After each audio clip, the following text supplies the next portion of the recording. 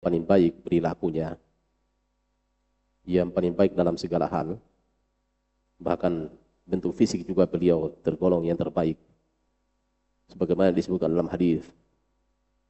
Maka, mengenali beliau adalah satu kewajiban di dalam agama. Cinta kepada beliau akan tumbuh ketika kita mengenali beliau alaihi salatu wassalam.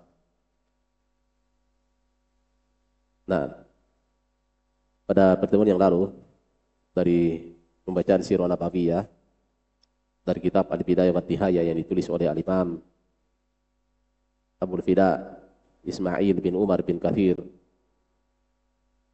kita bacakan kisah Al-Irashi yang disebutkan oleh Yunus bin Bukair, meriwayatkan dari gurunya Muhammad bin Ishaq, juga disebutkan oleh Al-Imam Abu Nuaim dalam kitabnya Dalailun Nubuwah.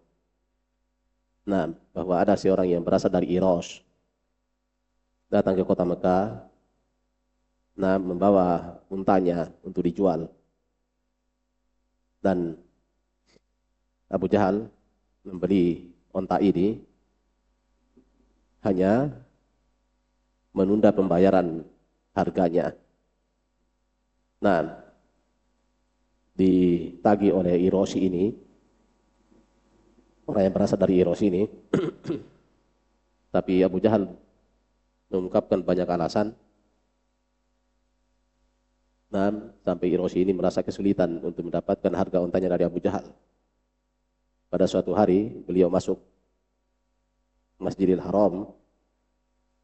Beliau Irashi ini mendapati sekelompok orang-orang Quraisy sedang duduk-duduk di sisi Ka'bah, di mana Rasulullah SAW duduk di salah satu sudut masjid. Maka Irashi ini mengatakan, "Wahai orang-orang Quraisy, siapa di antara kalian yang bisa menolong aku untuk menagih piutangku, menagih harga untaku kepada Abul Hakam ibnu Hisham, yaitu Abu Jahal. Karena sungguhnya aku ini adalah orang yang asing di sini. Aku seorang musafir. Saya telah menjual utangku kepadanya, tapi dia sampai sekarang belum membayar harga untaku." Maka orang-orang Quraisy, tokoh-tokoh musyrikin Quraisy yang berada dalam majelis mengatakan, sambil mengejeknya, mengarahkan dia kepada Rasulullah SAW, karena mereka memahami, mengetahui permusuhan antara Nabi dan Abu Jahal. Ternyata Irashi ini benar-benar melakukan hal itu, yaitu datang kepada Rasulullah, minta bantuan kepada beliau untuk menagih utang, menagih harga untanya kepada Abu Jahal. Maka bangkitlah Rasulullah SAW berdiri bersama Irashi ini, pergi menuju rumah Abu Jahal. Rasulullah mengetuk pintu rumahnya, pintu rumah Abu Jahal. Faqala man hadha? Abu Jahal mengatakan, "Siapa?" Rasulullah menjawab, "Muhammad, fakhruj." Yaitu saya Muhammad, keluarlah kamu. Fakharaja ilaihi. Maka Abu Jahal keluar menemui Rasulullah yang ada di luar dalam kondisi tidak ada setetes darah pun pada wajahnya. Pucat.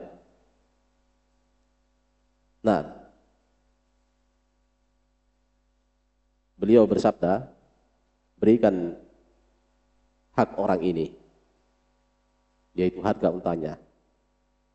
Maka Abu Jahal dengan tergopoh-gopoh masuk dalam rumahnya, mengambil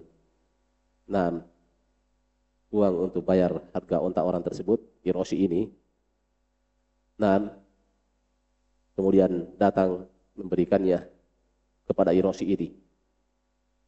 Teman sarafa Rasulullah SAW, kemudian Rasulullah pulang. Faqala lil Irashi, beliau bersabda kepada Irashi ini, "Ilhaq bisya'nik." Fa aqbala al-Irashi hatta waqafa ala dhalikal majlis. Irashi ini juga pergi sampai kembali ke masjid menemui orang-orang Quraisy tadi yang menyuruhnya untuk minta bantuan kepada Rasulullah. Nah, Hiroshi ini mengatakan jazahullahu khaira, semoga Allah balas dia dengan kebaikan.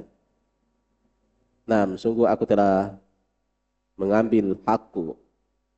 Nah, aku telah mendapatkan harga untaku dari Abu Jahal dengan sebab bantuan dia, yaitu bantuan Rasulullah SAW. Kemudian datanglah seorang lelaki yang diutus oleh orang-orang Quraisy. Ketika tadi Rasulullah pergi bersama Hiroshi tadi, orang-orang Quraisy mengutus seorang untuk menguntip, untuk melihat apa yang terjadi ketika Rasulullah menagih harga unta Hiroshi ini kepada Abu Jahal. Nah, orang yang mereka utus datang, mereka mengatakan baihaka ma la tara. Celaka engkau, apa yang kau lihat? Apa yang kamu saksikan? Orang tersebut mengatakan sesuatu yang sangat aneh. Demi Allah, ma huwa illa an daraba alaihi babahu. Yang dilakukan oleh Muhammad itu hanya mengetuk pintunya. Kemudian Abu Jahal keluar dalam kondisi tidak ada setetes darah pun pada wajahnya, pucat. Nah, ketika Muhammad itu mengatakan berikan hak orang ini, yaitu bayar utang unta yang kau beli. Dia tergopoh-gopoh masuk dalam rumahnya, kemudian memberikan harga unta Hiroshi tersebut. Itu yang saya saksikan. Nah,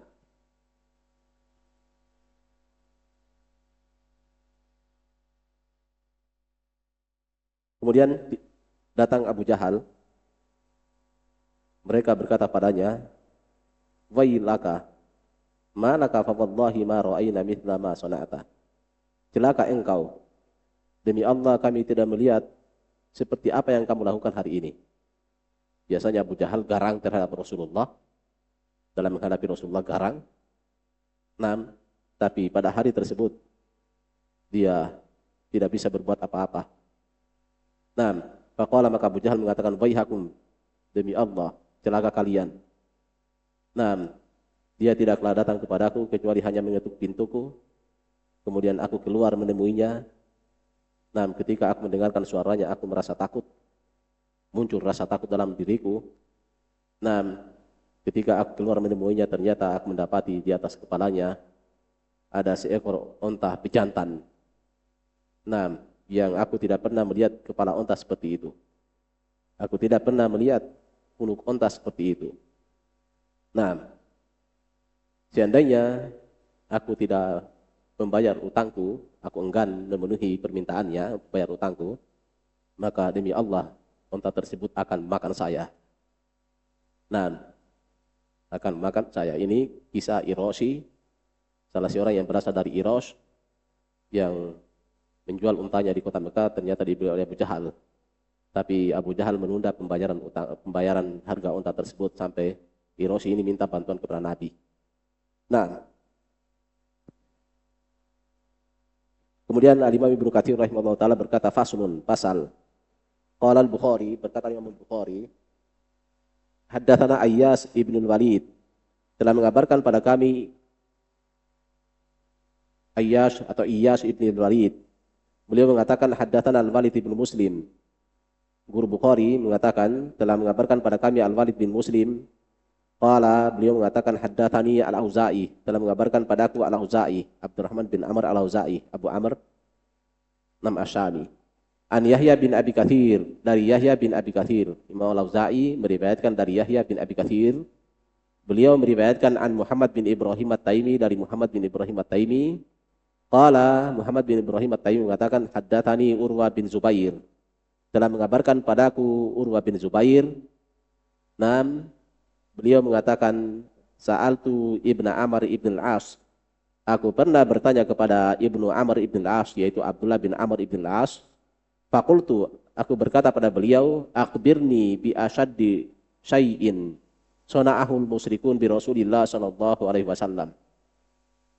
Kata Urwa bin Zubair kepada sahabat Nabi Abdullah bin Amr bin al-As, kabarkan padaku sesuatu yang paling keras yang diperbuat oleh orang-orang musyrikin terhadap Rasulullah sallallahu alaihi wasallam.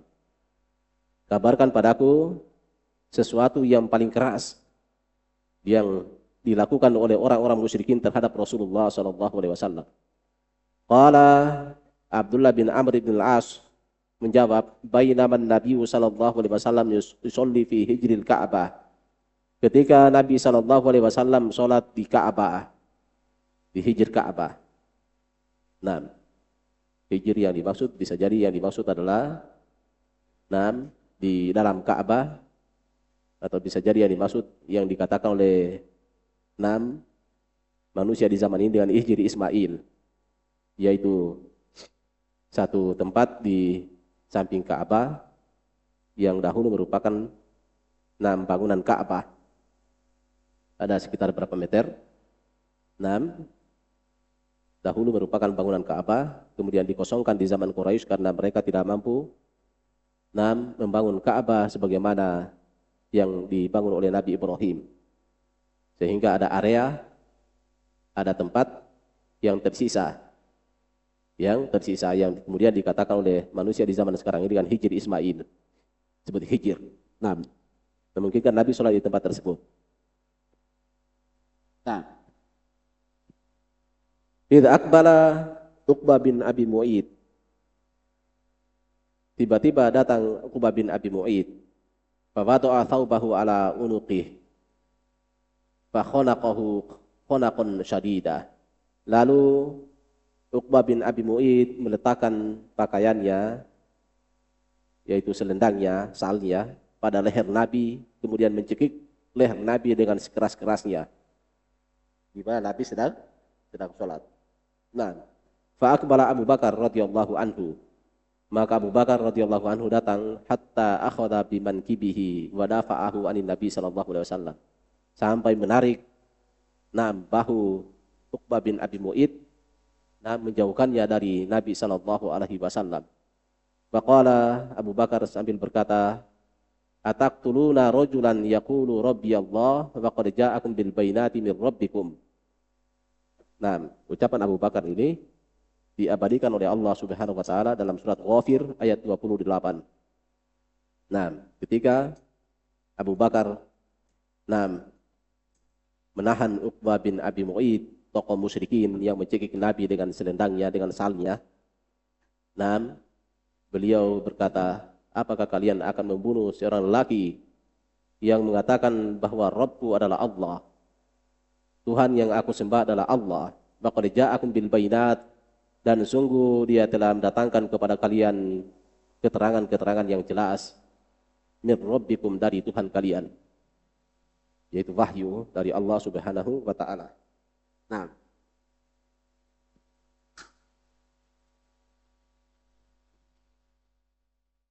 Kisah ini disebutkan oleh Bukhari di dalam sahihnya sebagaimana yang disebutkan di sini, yang dianggap oleh Abdullah bin Amr bin Al-As sebagai perkara yang paling keras yang dilakukan oleh orang-orang musyrikin terhadap Rasulullah SAW.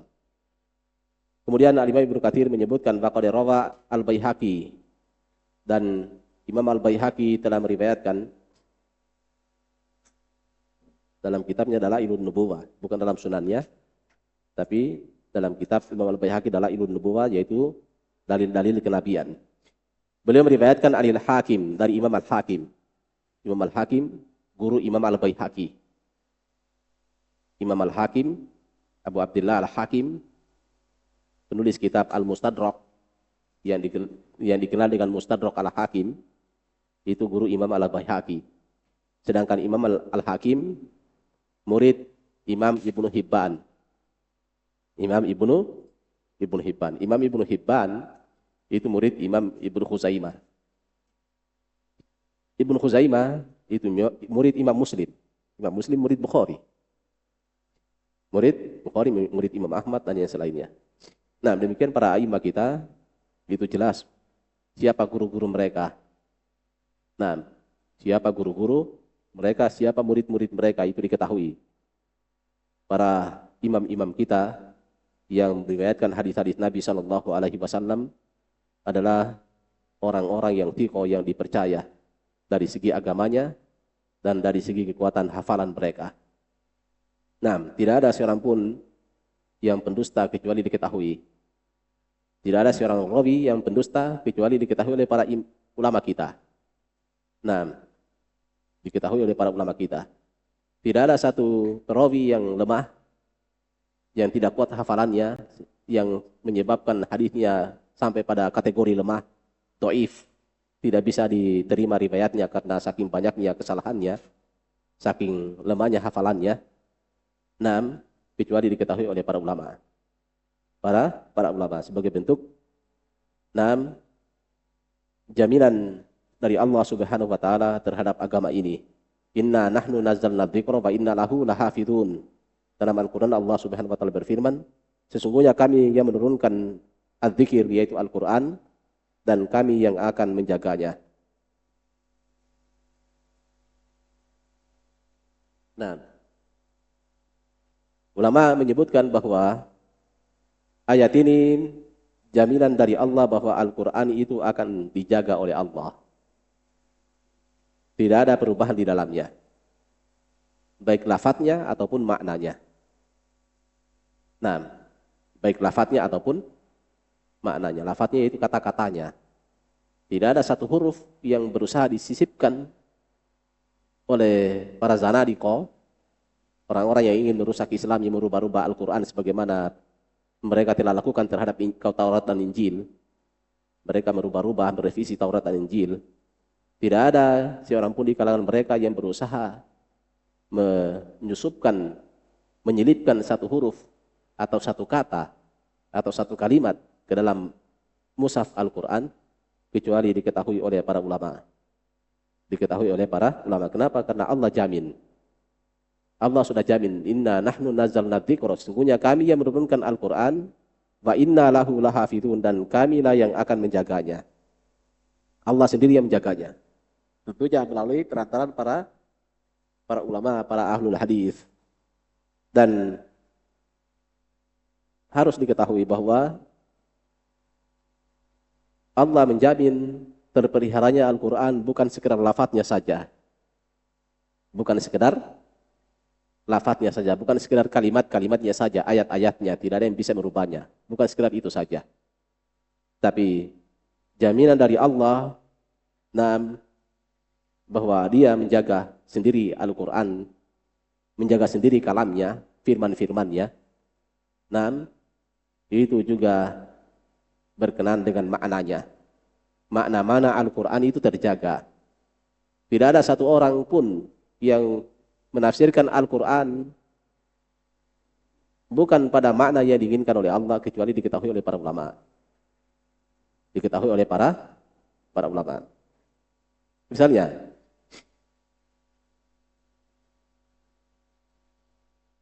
ada yang menafsirkan bahwa Allah Subhanahu wa taala berfirman, "Wa'bud rabbaka hatta ya'tiyakal yaqin." Beribadahlah kepada Tuhanmu sampai datang padamu keyakinan.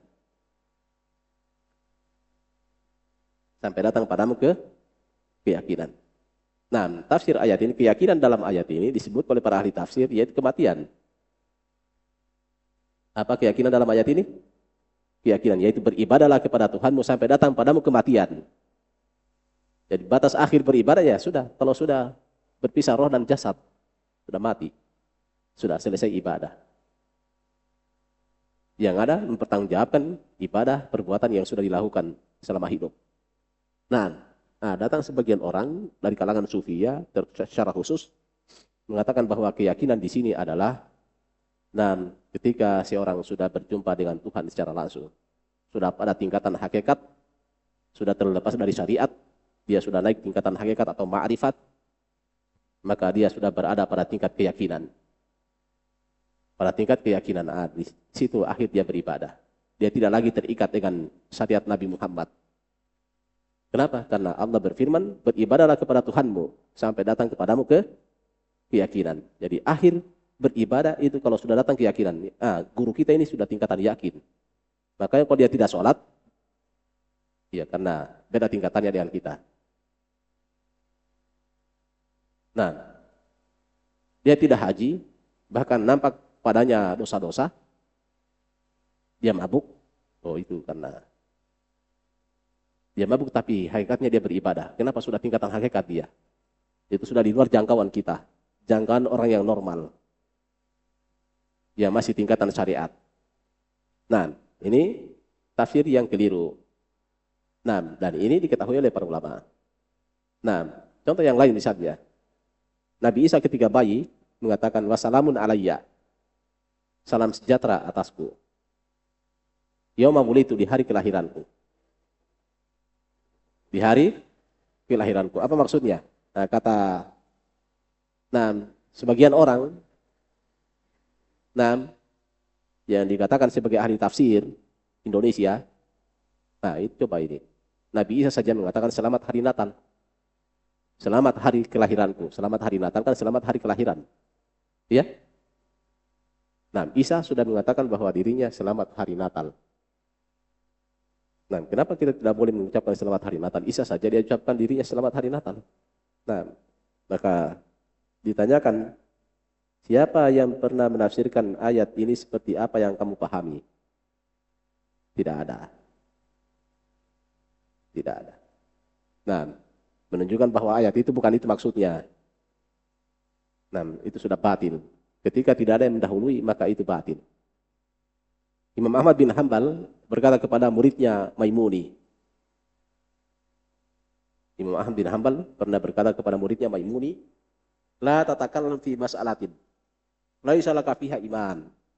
Jangan kamu bicara tentang satu masalah dalam agama ini di mana tidak ada imam yang mendahului kamu berbicara tentang masalah itu. Berbicara tentang permasalahan tersebut. Jangan kamu bicara tentang satu masalah ini di zaman Imam Ahmad. Antara beliau dengan Nabi baru 200 tahun. Abad kedua. Atau abad ketiga. Abad ketiga. Imam Ahmad berpesan kepada muridnya. Apalagi kalau Imam Ahmad hidup di zaman kita sekarang ini. Ini zaman Nabi sudah jauh. Jangan coba-coba bicara tentang masalah agama. Kamu tidak ada yang dahului kamu dari kalangan para sahabat, para tabi'in, para tabi'ut tabi'in. Jangan coba-coba. Hanya semata-mata merasa dirimu jago bahasa Arab. Atau sudah hafal Quran mungkin. Kemudian menafsirkan Al-Quran tanpa kembali kepada penafsiran mereka para salaf. Allah menjaga Al-Quran, lafaz dan maknanya. Bukan hanya lafaznya, bukan hanya kata-katanya, kalimat-kalimatnya yang dijaga oleh Allah.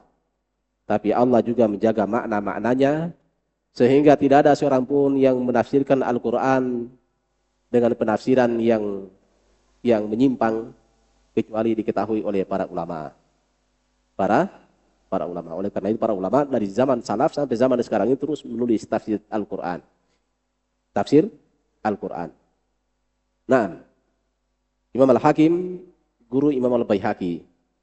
Berkata Imam Al-Baihaqi, beliau riwayatkan dari Imam Al-Hakim anil Asam, dari Al-Asam an Ahmad ibni Abdul Jabbar. Al-Asam meriwayatkan dari Ahmad bin Abdul Jabbar an Yunus, dari Yunus ibni Yazid Al-Aili, an Muhammad bin Ishaq. Yunus meriwayatkan dari Muhammad bin Ishaq. Muhammad bin Ishaq masyhur, bagaimana yang sudah sering kita bacakan kalam-kalam beliau dalam Sirah Nabawiyah. Beliau mengatakan haddatsani Yahya bin Urwa, telah mengabarkan padaku Yahya bin Urwa. Muhammad bin Ishaq mudallis. Mudallis kalau meriwayatkan dengan kata an yang artinya dari, maka tidak diterima riwayatnya. Yutawaqqaf, berhenti. Kalau tidak ada penguatnya, maka tidak diterima. Mudallis. Di sini Muhammad bin Ishaq mengatakan haddatsani, sampai mengatakan haddatsani, yaitu yusarrih bitahdzits. Meriwayatkan dengan jelas bahwa dia mendengarkan dari gurunya. Muhammad bin Ishaq mengatakan telah mengabarkan padaku Yahya bin Urwa an abihi, dari bapaknya yaitu Urwa bin Zubair.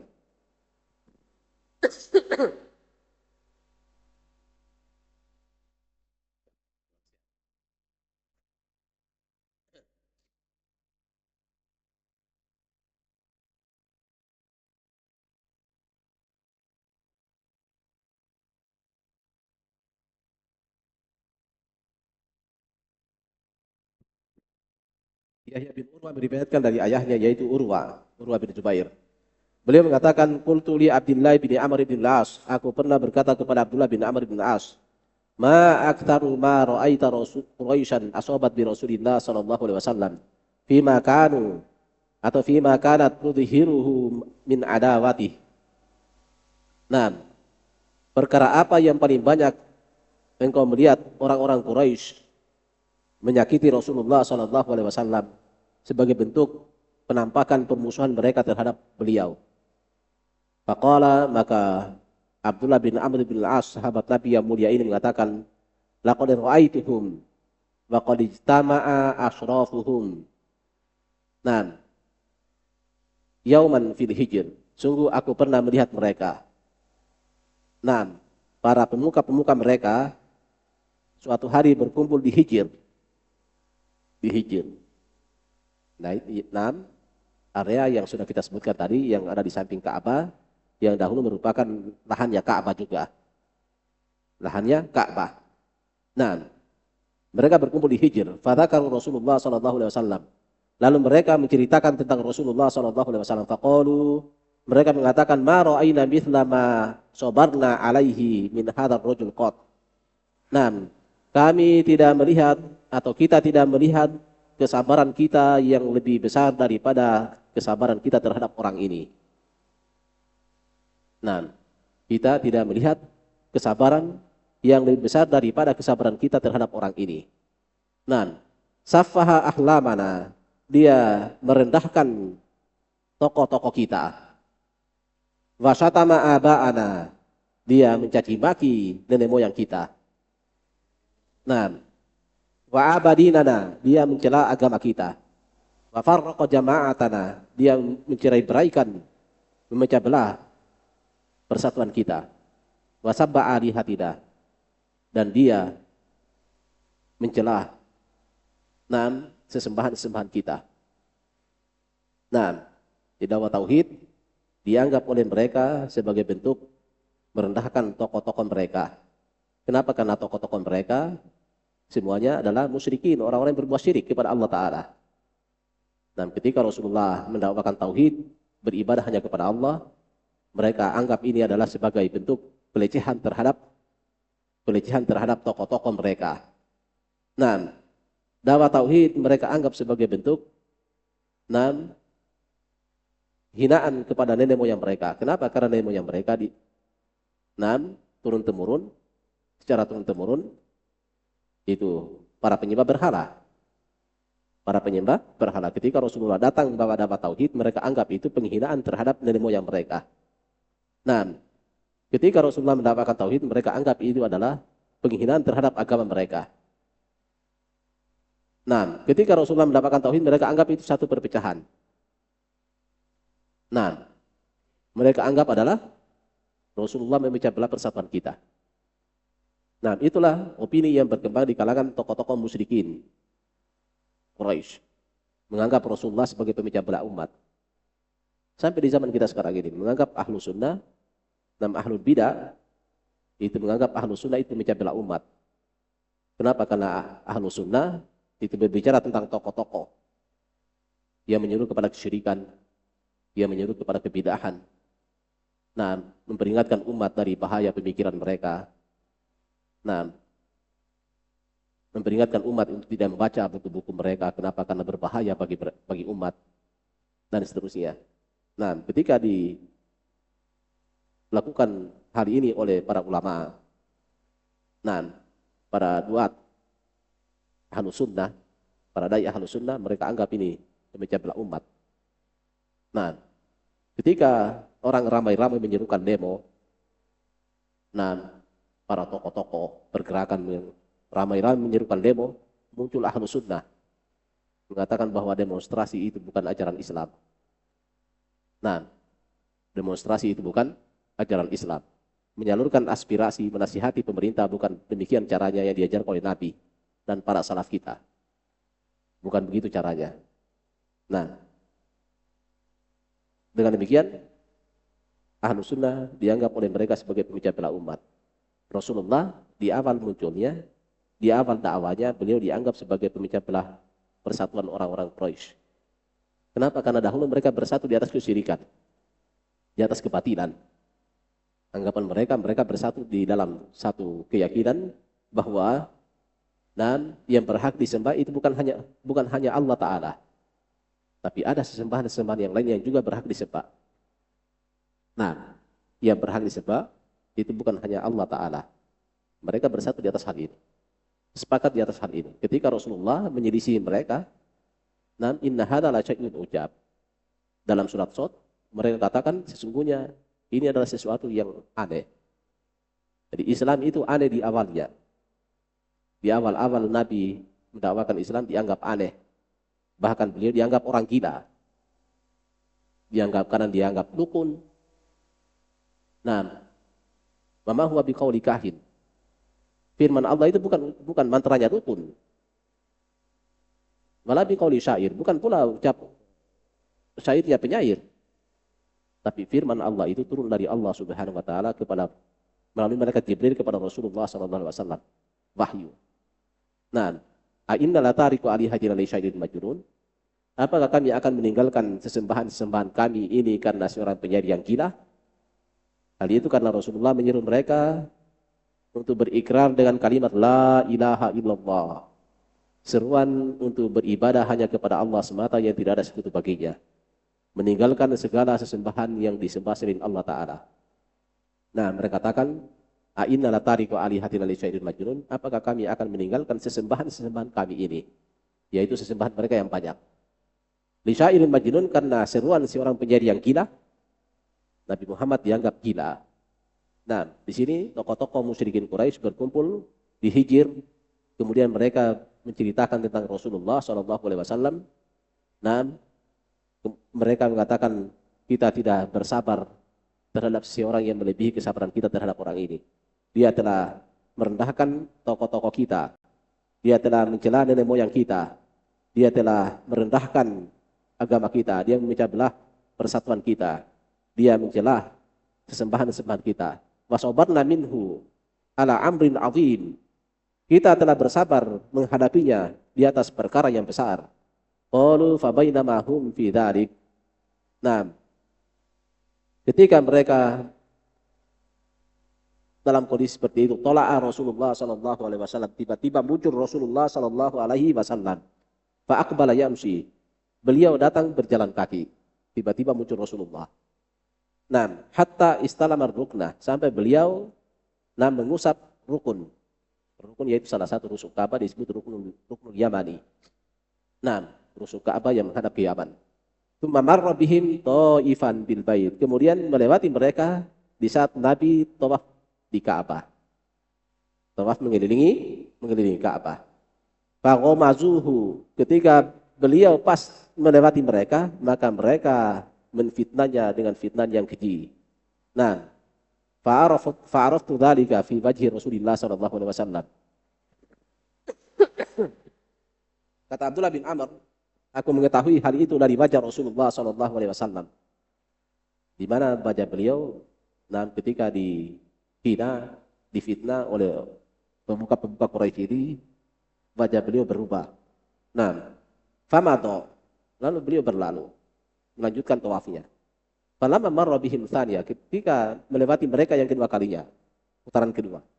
Melewati mereka lagi. Ghamazuhu bimithliha. Mereka lagi-lagi menfitnahnya, menghinanya dengan hinaan yang sama, dengan fitnaan yang sama.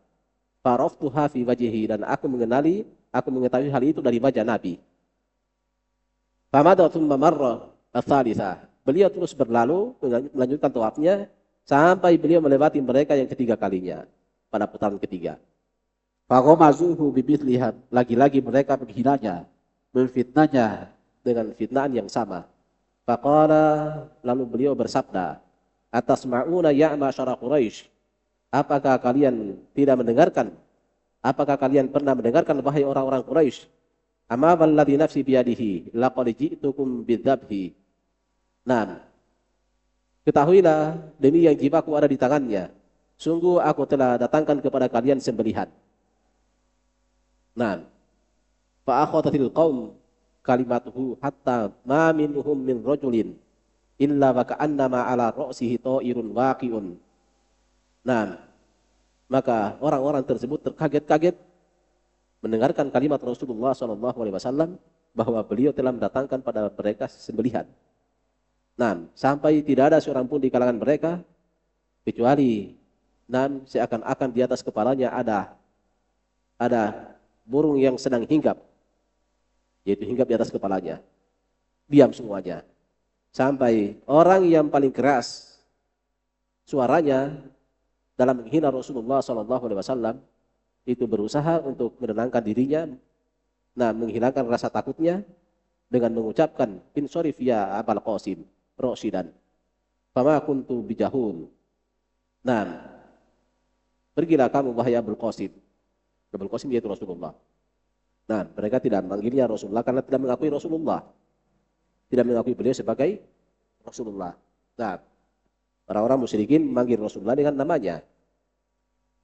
Terkadang mereka memanggilnya dengan kunyanya Abul Qasim. Mereka tidak memanggil Rasulullah dengan gelarnya yaitu ya Rasulullah. Adapun kaum mukminin manggil Nabi dengan apa? Ya Rasulullah. Di zaman tersebut tidak ada yang memanggil Rasulullah dengan namanya kecuali orang-orang Badui atau orang-orang kafir dari kalangan musyrikin ataupun orang-orang Yahudi. Orang-orang Yahudi sebagaimana dalam beberapa hadis, datang seorang Yahudi kepada Nabi mengatakan, "Ya Muhammad, jitu as'aluka." Saya datang untuk bertanya padamu tentang beberapa perkara. Di mana perkara-perkara ini tidak ada yang mengetahuinya kecuali seorang nabi atau 1-2 orang di kalangan manusia. Kata Nabi, "Hal yanfa'u in ukhbirta?" Apakah akan bermanfaat bagimu kalau saya kabarkan padamu? Itu saja pertanyaanmu. Maka Yahudi mengatakan, "Iya, saya bertanya." Di antara pertanyaannya adalah jitu as'aluka lil walad. Saya datang kepadamu untuk bertanya tentang anak. Bagaimana anak bisa menyerupai bapaknya atau bisa menyerupai mamanya? Dijawab oleh Nabi. Dalam hadisnya diinginkan di sini bahwa Yahudi ini memanggil Rasulullah dengan namanya ya Muhammad. Adapun orang-orang yang beriman dilarang oleh Allah Ta'ala dalam Al-Quran untuk memanggil Rasulullah dengan namanya.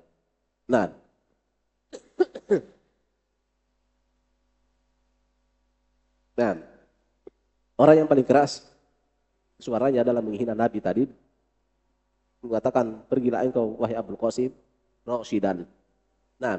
Fansarafa Rasulullah SAW, maka pergilah Rasulullah SAW selesai tawaf.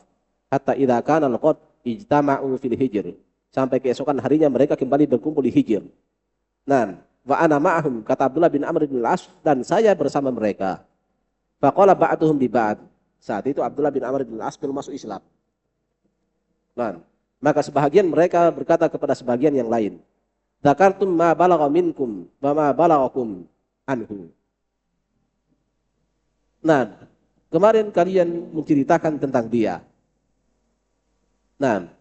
Lalu dia datang hatta idza bada'akum bima takrahun taraktumuhu. Sampai ketika dia menegur kalian dengan sesuatu yang kalian tidak suka, kalian meninggalkannya. Yaitu kalian membiarkan dia.